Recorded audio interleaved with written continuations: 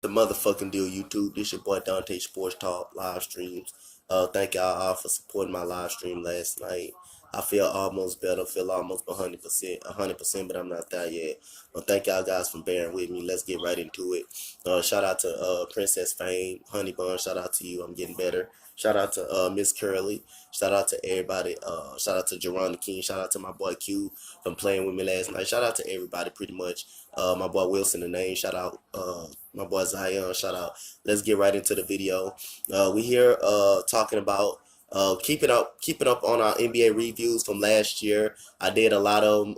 Y'all go back and check out the other NBA season reviews. My thoughts on how the team has the team improved and has the team not improved.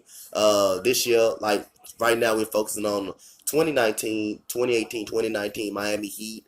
I thought they were going to be a seventh seed. That was my prediction. They were going to be a seventh and eighth seed, but they end up getting beat out by the Orlando Magic in the playoff picture. In the playoff picture,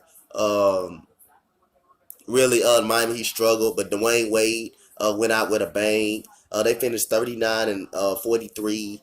They struggled at the mid-tail of the season when they lost that game in Miami against Orlando. That pretty much summed up their season. Uh, the last game they were blown out by Brooklyn, 94 to 113. That was the last game. Like I said, they finished 39 and 43 during the season. The head coach was Eric Spoelstra, who's a very good head coach. He's a great head coach. Two championships, very very good.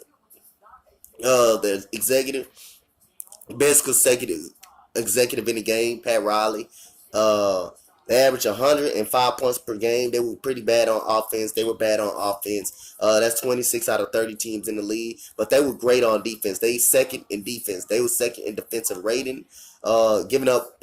They were second and giving up points allowed. Points allowed 105 points per game. That's second out of 30 teams. So they were pretty good on defense. Pace. They wasn't good in pace. They were 23rd in pace. Offensive efficiency 26. Defensive efficiency very very good. They were great defensively. They were great all year defensively. 23rd. They were 20. They were six on defense. They were six in defensive rating. Let's get right into the team MVP. Team MVP is Josh Richardson. No, I give it to Josh Richardson.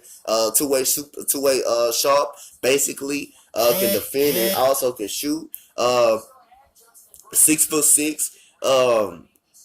The guy that can shoot. He was traded to Philadelphia for Jimmy Butler. Kellen Winslow, Justice Winslow stepped up pretty good. He had his best season in a while. I thought he was gonna grow up being a bust, but he rejuvenated his season. I thought last year at 12.6 points per game. Gordon Dragic was pretty much hurt a whole year. 13.7 points per game. Dwayne Wade averaged 15 points. Not bad from a person who goes out who I thought is going to be a first ballot Hall of Famer, no doubt about it. Dwayne Wade is one of the greatest players of all time. You had Deion Waiters who couldn't stay on the court. He averaged 12 points per game. You got Tyler Johnson who was traded to Phoenix mid-season. Rodney McGruder, who's very, very good. Good 3-and-D player who can shoot. Bam Adebayo. He averaged Bam Adebayo. Let me see. Averaged 7.6 points per game. No, that was Rodney McGruder. Bam Adebayo averaged 8 points, 9 points per game. That's pretty good.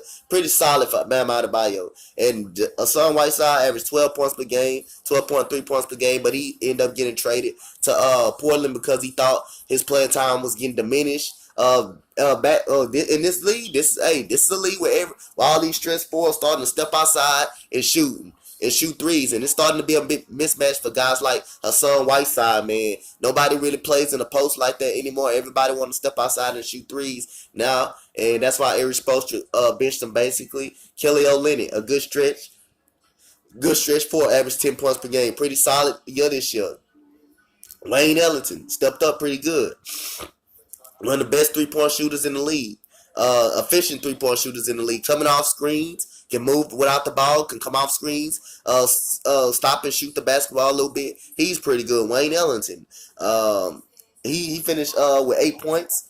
8.4 points per game. James Johnson stayed hurt so much. He didn't do good. He didn't have a great season, I didn't think. Derrick Jones Jr., 7 points per game. Not bad. That's pretty good. Ryan Anderson, he stinks. But like I say, this team was hurt on the offensive side of the basketball. They could not score like that.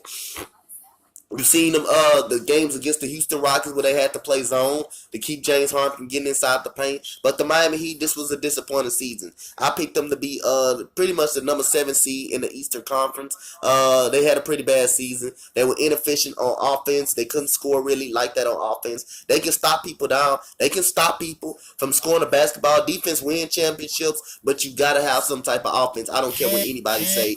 You gotta have some type of offense. You rather have the defense. You rather stop somebody, yes, but you gotta have some type of offense to win ball games. That's what's gonna win you ball games as well. And the Miami Heat could not score consistently. Like I said, they could not. They didn't have really any star players at all. Everything was pretty much balanced out. If y'all look at the stats like how I'm looking at, every player was balanced out. Nobody averaged over 20 points per game. The closest to averaged over 20 points per game is Josh Richardson. He gets traded to the Philadelphia 76ers. Gordon Dragic, he gets traded to the Dallas Mavericks. Dion Waiters is gonna get traded. You got Wayne Ellington, who Wayne Ellington didn't played well last year. He's gone. You got Son Whiteside. He's gone to Portland now. So I can see a major drop-off for this team this year. This coming year, I can see a major drop-off from the Miami Heat. But the Miami Heat, 39-43, is definitely a disappointing season for the Miami Heat. Especially when I had them in the 7th seed, 7th and 6th seed. I had them in the 7th and 8th seed. I had them right down now. They end up getting beat up by Orlando and the Detroit Pistons, which is we're going to start getting into the playoff teams. And that next team will be probably the Detroit Pistons. Like I say, but the Miami Heat had a terrible season. I didn't think they improved at all. So my prediction for the Miami Heat is a very disappointing season. Despite Dwayne Wade, I wish I could see Dwayne Wade go out in the playoffs, but he didn't have that chance. Dwayne Wade still averaged 15 points per game. Like I say, the Miami, Josh Richardson, they lost majority of their team doing the trade of Son Whiteside to Portland. They lost Josh Richardson to Philadelphia. They get Jimmy Butler. They gain Jimmy Butler back. They trying to get another player, trade for Russell Westbrook and stuff like that. I think I heard some more NBA news. Oh yeah, Denver has traded for Jeremy Grant. OKC traded Jeremy Grant for basically a 2nd round pick. So OKC getting ready to blow that team up a little bit.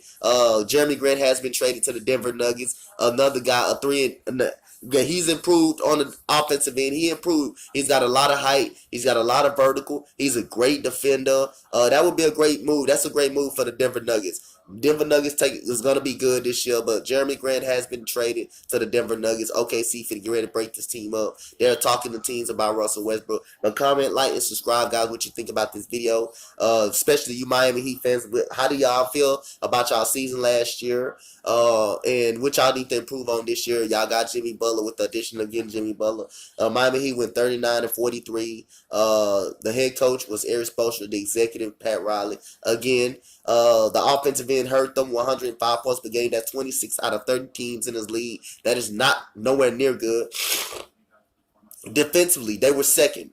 106 points per game. That's second out of 32 teams. That's real good. So that tells you the problem right there. They could not score the basketball. They could not score. So thank you guys. Comment, like, subscribe. Shout out to Miss Princess. Shout out to Miss Queen. Shout out to Miss Chanel. Shout out to Miss Curly. Shout out to my boy Jerron the King. Shout out to my boy Q. Shout out to my boy Donnie, he's combos. Shout out to my boy Tamel. Shout out to my boy Wilson the Name, my boy Snaggy Red, everybody. Shout out to y'all. Love y'all. I'll be streaming later. I'm out. Peace. More views coming up.